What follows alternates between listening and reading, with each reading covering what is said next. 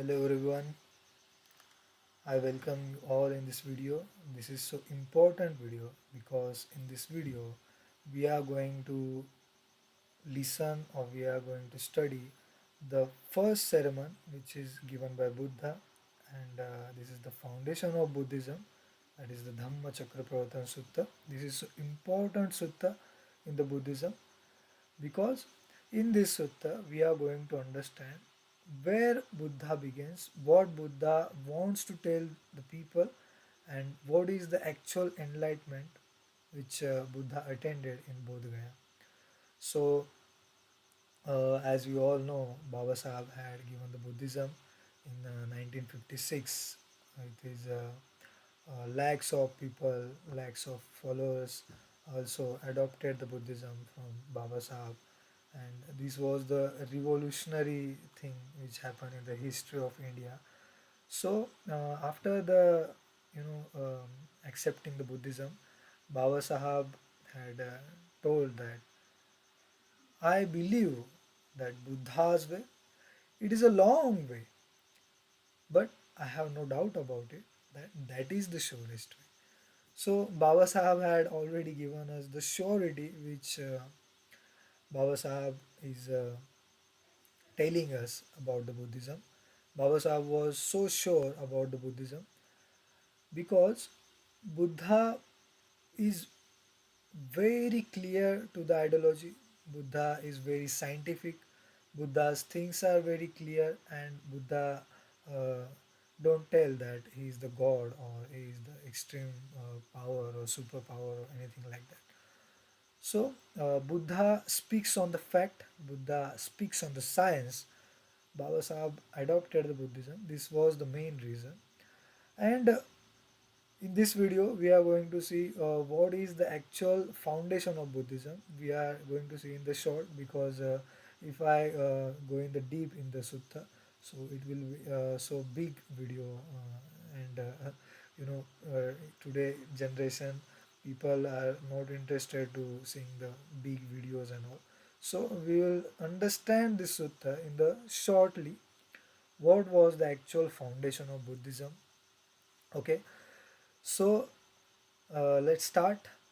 In this sutta, we call it Dhammachakrapravartan Sutta, which is the first sutta after enlightenment, the first sermon which Buddha had given in the Isipatan, Sarnath. Today there is a deer park over there, and it is only 10 to 15 minutes away from the Varanasi station.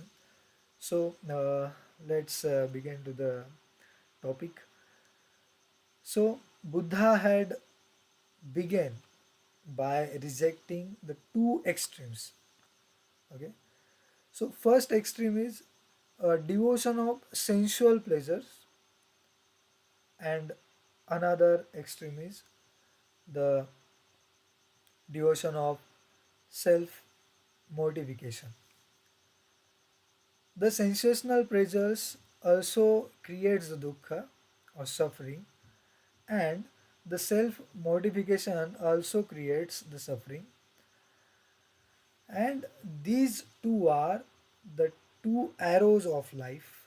These two are the two extremes of life. So Buddha had rejected these two extremes, and Buddha had found the middle path, Majjhim Patipada, we say, the middle path. So by rejecting the extremes, Buddha found the middle path, and that is the surest way which Baba Sahib had told in 1956, or Baba Sahib had expressed in his writings and speeches, volume 18. You guys should read the volume 18 of Baba Sahib. Baba Sahib told about Buddhism in very deeply, and he explained all the aspects of Buddhism. What are the actual mission of Buddhism? What should be the mission of Buddhism? What should be we have to done actually? What we have to done means the people who are saying that we are the follower of Baba Sahib, and Baba Sahib had given all the direction that you have to what you have to do for the Buddhism, how should be the mission of Buddhism. When you read the volume 18, part 3 of Writings and Speeches of Baba Sahab, then you guys will able to understand what is Baba Sahab, what actual he have to told us. Uh, he have to express us and what we have to do for the mission of Buddhism. Also, Baba Sahab had created the constitution for the Buddhist Society of India, and in that constitution, Baba Sahab have expressed the 10 goals for the society. Means the education system of Buddhist people, the banks of Buddhist people, the charities, the hospitals. How should be Buddhist people will able to grow their community, or how the Buddhist India, which is the dream of Baba Sahib, how was the Buddhist India? Baba Sahib had given all the aims and objective in front of his people, but today, as we are seeing, the people are not understanding what his aim, and people are doing as you know, people are not following the Baba Sahib. People is doing by their own. People are understanding Baba Sahib as per their own minds, instead of reading his books, instead of understanding what is clear cut direction toward Buddhism or towards the future of India. People are not understanding it. But once people will able to listen the Buddhism, people started to listen the Buddhism, people started to listen the Dhamma Desna or the volumes, writings and speeches of Baba Sahib, then people can able to understand clearly what was the actual direction of Baba Sahib towards his mission of Buddhism. Okay. Also in the Buddha or Karl Marx, Baba Sahib also told all the things where Karl Marx had began and where Buddha had began.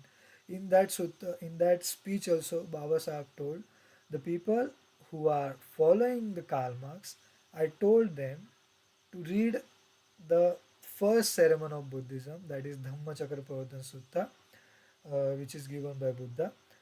And after the listening the sutta, or after the studying the sutta, the people who are following the Karl Marx, they will get to know what is the dukkha, what is the suffering.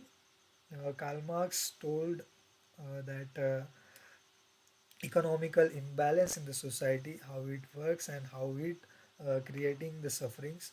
But the Buddha told the same thing in the 2500 years ago, as Baba Sahib told in that speeches. So these all things are very mandatory for us, and we have to understand what was actual mission of Baba Sahib. uh, it is not the mission that only we have to celebrate his birthday, we have to just uh, behave like a tiger and we are Jai Bhim people. No, it's not a mission. The mission is to spread the Buddhism in India, to establish the Buddhism in India, to perform all the activities which he had given as a direction to his people in from the writings and speeches which he have wrote by his hand. So we have to understand what was the mission of Baba Sahib. Anyways, so we are also following the mission of Baba Sahib. We are also following the vision of Baba Sahib, and that's why we are here in this video. We are performing the listening. We are performing the studying of the first ceremony which is given by Buddha. That is the Dhammachakrapravartan Sutta. So Buddha had rejected the two extremes, as we see, the sensual pleasures and the self mortification. These two creates the suffering. The self mortification plays a crucial role in life. The sensational pleasure makes people happy. People uh, don't aware about what is the life is going towards which direction. They only live in happiness, chillness, these type of life they're living. And these two extremes Buddha had rejected, and he found the middle path. So after the middle path, what is the actual middle path? You know, what is the actual middle path? So Buddha had told the middle path, that is right view, right thought, right speech, action, right livelihood, efforts, mindfulness, concentration. And before that, Buddha had explained the Four Noble Truths, which is so important. Why people are taking rebirth, why people, what is actual the truth in the life. You know, after the attending enlightenment, Buddha had realized what is actual the truth of life. So after realizing all the things, Buddha told that there is four noble truths are there in the life. First one is there is dukkha in the world, means there is a suffering in the world. Second one is there is a causing of suffering. There are various causing of suffering, mental health or physical health, all the things. There are lots of reason behind the suffering. So Buddha had expressed what are the causing of sufferings. Then Buddha had given the third noble truth, that is the suffering can be end. This is also the truth, suffering can be end. And the fourth noble truth is Buddha told the path which leads to end of suffering, and that is noble eightfold path. So four noble truths and noble eightfold path are the foundation of Buddhism. Buddha rejected two extremes. Then Buddha explained what are the truth of life, that is four noble truths. That is, there is dukkha in the world. There is a reason behind the dukkha or suffering.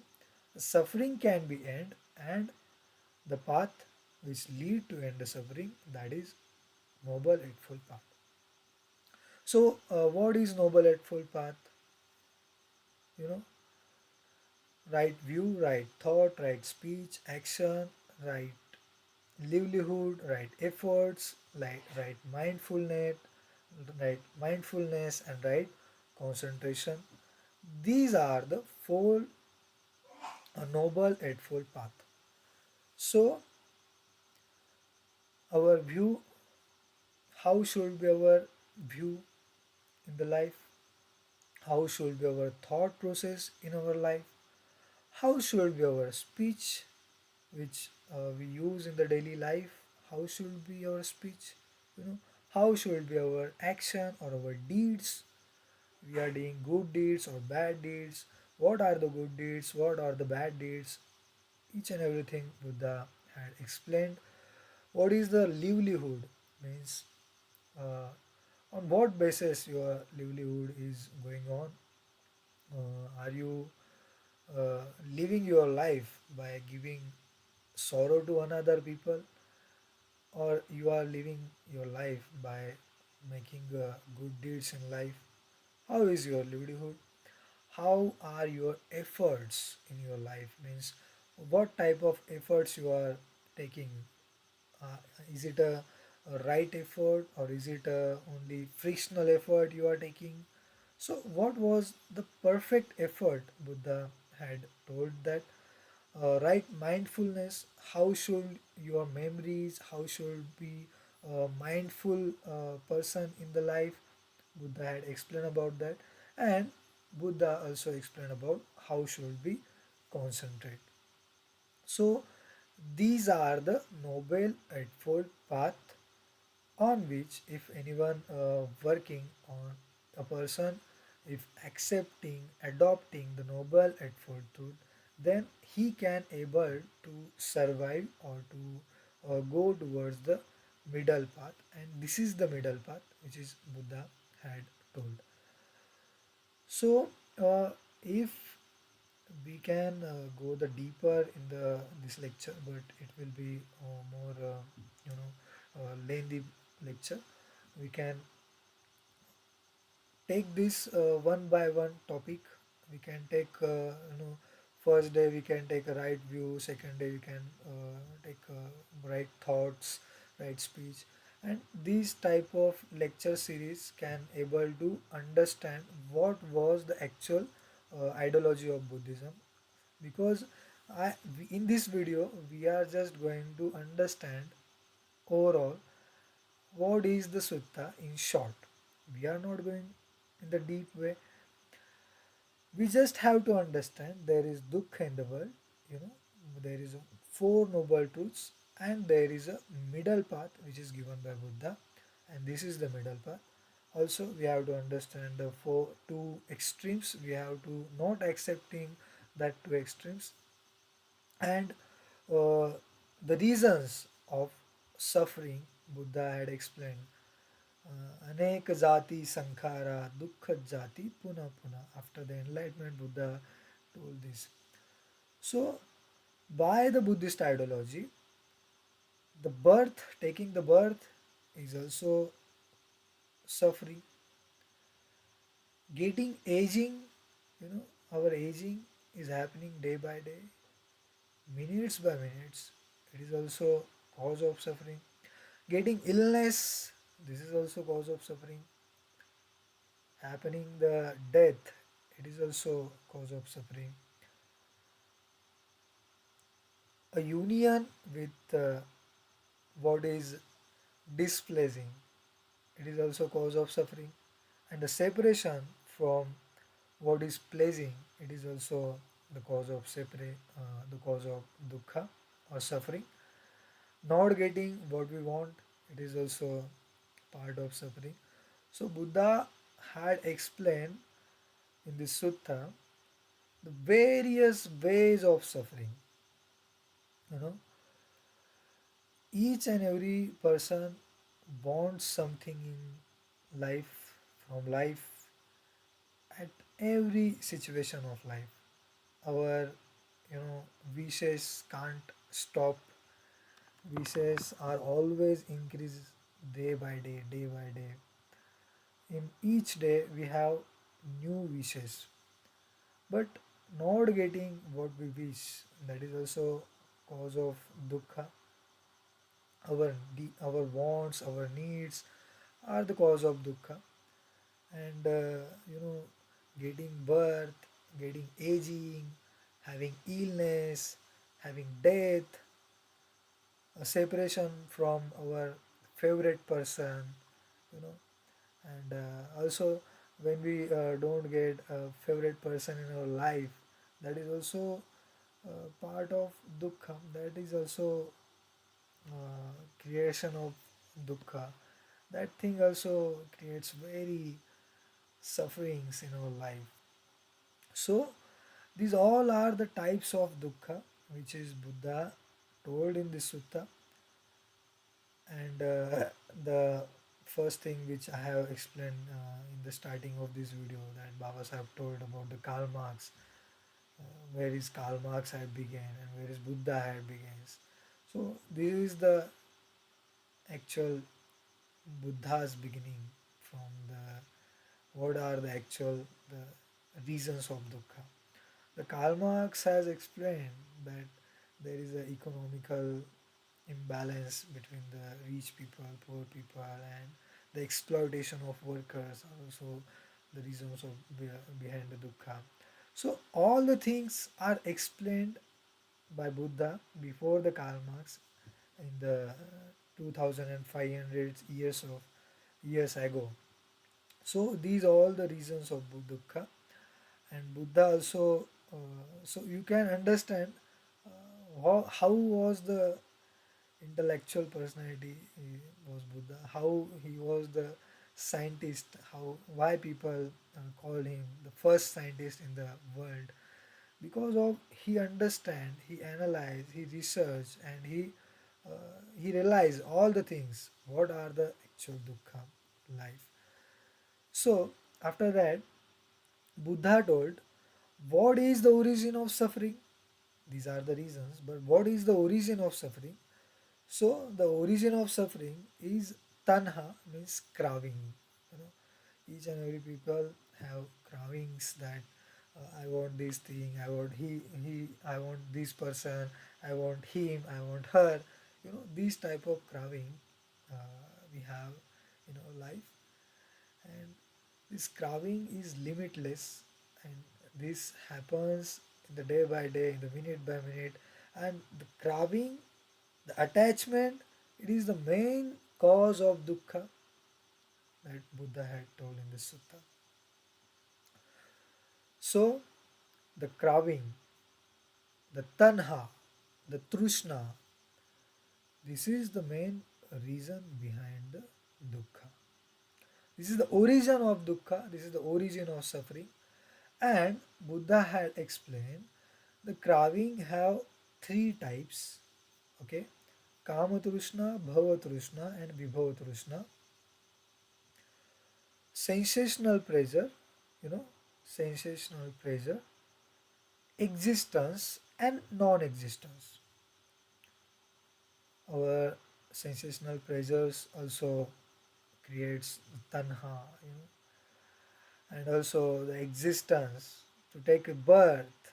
This is also the tanha, and to spoil everything, to stop everything, to come out of everything. That is also the carving. So these three types of carving Buddha had explained in this sutta, and after that Buddha had explained the 10 good things of a good character of people uh, who is working on the middle path, who is adopting the middle path, who wish to go from the middle path, who wish to uh, go out of grief to achieve the nirvana, means the state which is the liberation, which express the liberation, which gives the liberation or which gives the enlightenment. The person have to follow the 10 things, the life, that is Buddha explained in this sutta, that is Shila, Shila Paramita, and Buddha had explained the 10 Shil, Buddhist, nowadays from the establishment of Bhikkhu Sangha, since today, Buddha's Sangha is follow 10 Shilas, means 10 moralities. Shil means morality, the ethics, the 10 Shil, and the Upasaka means the follower of Buddha follow only 5 Shils, 5 morals, that is Panatipata, Adinna Dana, Kamesu Michachara, Musavada, and Suramere, Manchapama, Dattana. So, in the seals, it purifies the character of person. What are the shields? Shield means the character. Adinna Dana, Musavada means I am not going to speak any false statements. I will speak only wise statements. You know, I will not go for the sensational pleasure. I'll not go for the drinks, alcohols, and cigarettes and all. People are nowadays, youth are also going towards that direction. So it is so harmful for us. So Buddha had explained the 10 moralities, 10 morals, 10 ethics which people have to understand and people have to follow. After that only they can able to walk on the path which is Buddha had given, that is the middle path, and that are the first one is Shila, means the morality, means the ethics, morals you have to follow. Then after that generosity means the dana, dana karma, donations, that is also a main part in that. Third is equanimity, means upekha, upeksha.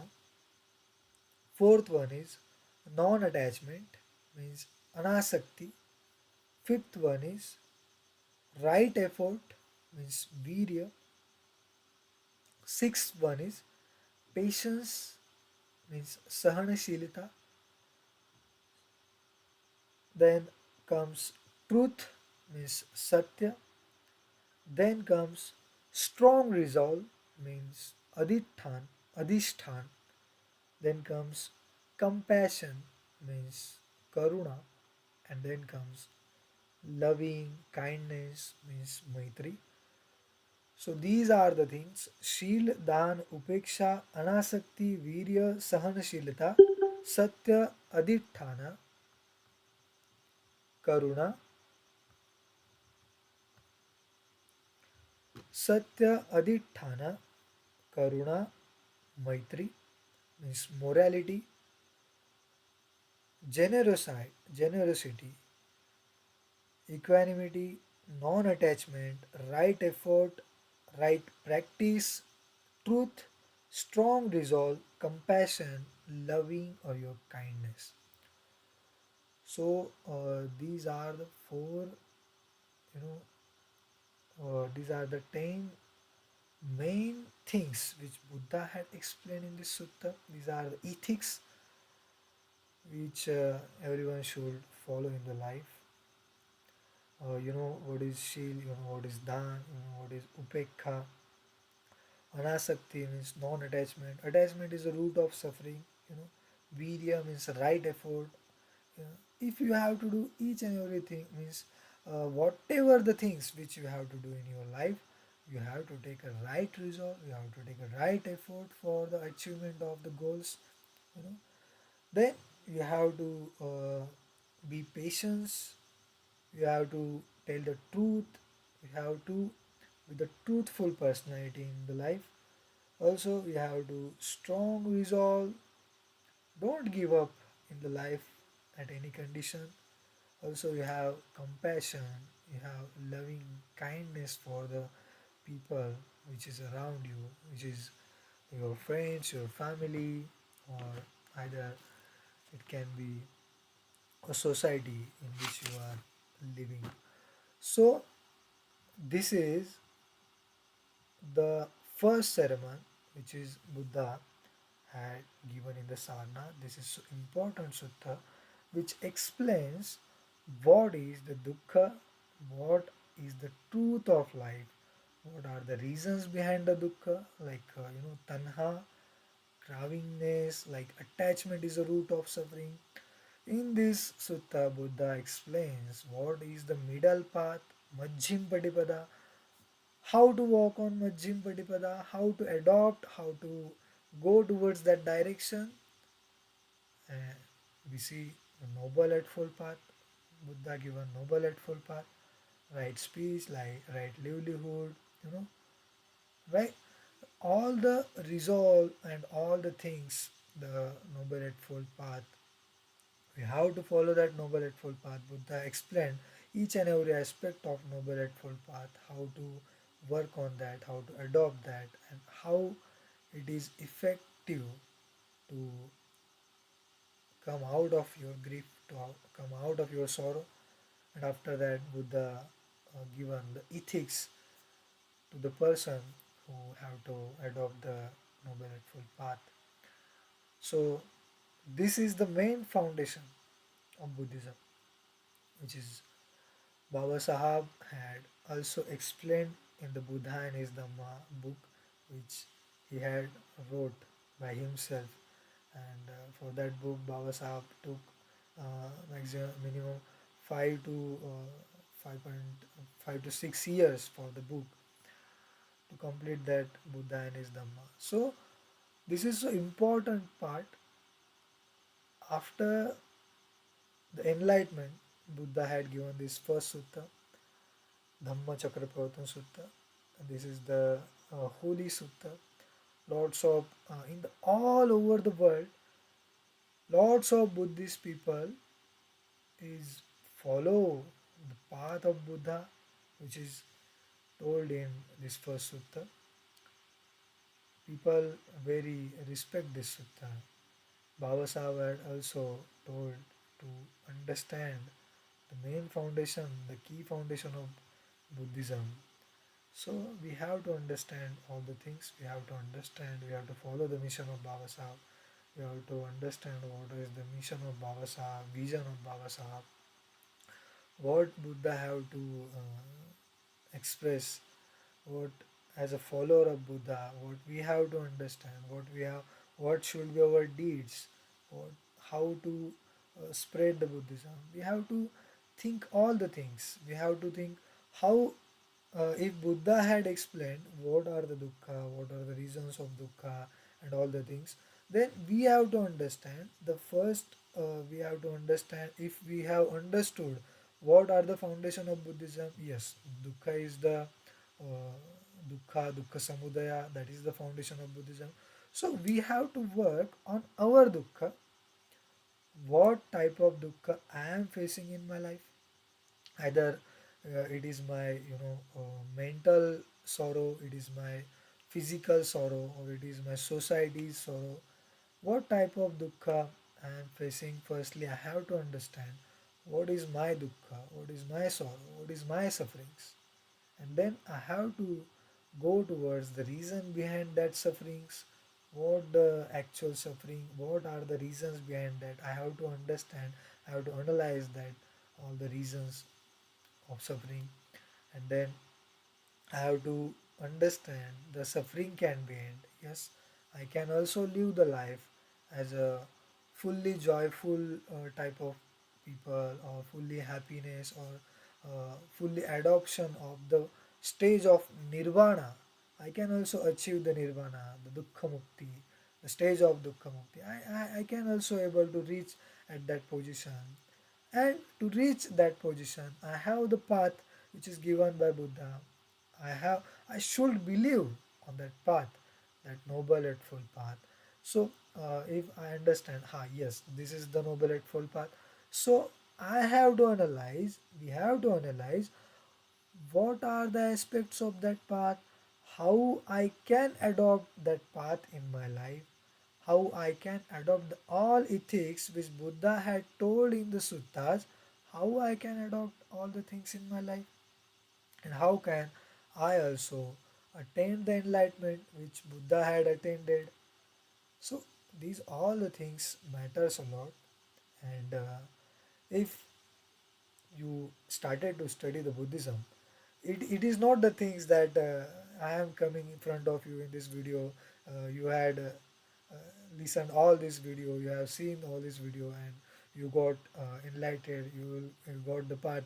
Yes, I got the part, and I am now enlightened. It's not the thing like that. You know, you have to follow. You have to understand. You have to go deeper in the sutta. Buddha had explained all the things in very deeply. You know, Buddha is given each and every deep things in all his sutta, but we have to understand the deepness of the sutta. In this video I just explained you the overall things, that the sutta is like that, and the key points of the sutta is that. This is not deep part, but if you wish to come deeper to go deeper in the sutta, then I can make another video in the sutta, or for the sutta, for you, all people who wish to listen all the things, who wish to go all the deeper. Also I have made already in the Marathi the whole deepness of this sutta. So if you guys are understanding Marathi properly, then you can also able to uh, join the that links, that videos, to understand the deepness of the dukkha. Also, I have started one course named Dukkha Mukti course, or to come out of grip course. You know, in that I am taking the 28th lecture series, and if you guys join the lecture series, if you follow all the instruction which I have given in that series, so you can also able to understand what are the actual the foundations, or how to come out of grief, what is your dukkha. The first week we understand what is the to know your dukkha, what is the dukkha. In the second week, we understand what are the reasons behind the dukkha, we analyze all the reasons. In the third week, we work on the tools which can help us to come out of the grip. And in the fourth in the fourth week, we started the new journey of life. We starts the new journey. We adopt the new things. We do a lot things in the last week. So this is the also means this is also important course which you have to join us. Also, we did live sessions of the Buddha and his Dhamma book readings. You can also able to join in that sessions. All the sessions are free sessions of Buddha and his Dhamma readings. But the Dukkha Mukti course is a paid course. If you guys want to enroll in that course, just DM me, just message me. My number is also there in YouTube. You can call to my number, and I will add you in my WhatsApp group. So this is the journey of Buddhism. You guys can carry the journey. You guys still able to understand. You guys can able to uh, go in the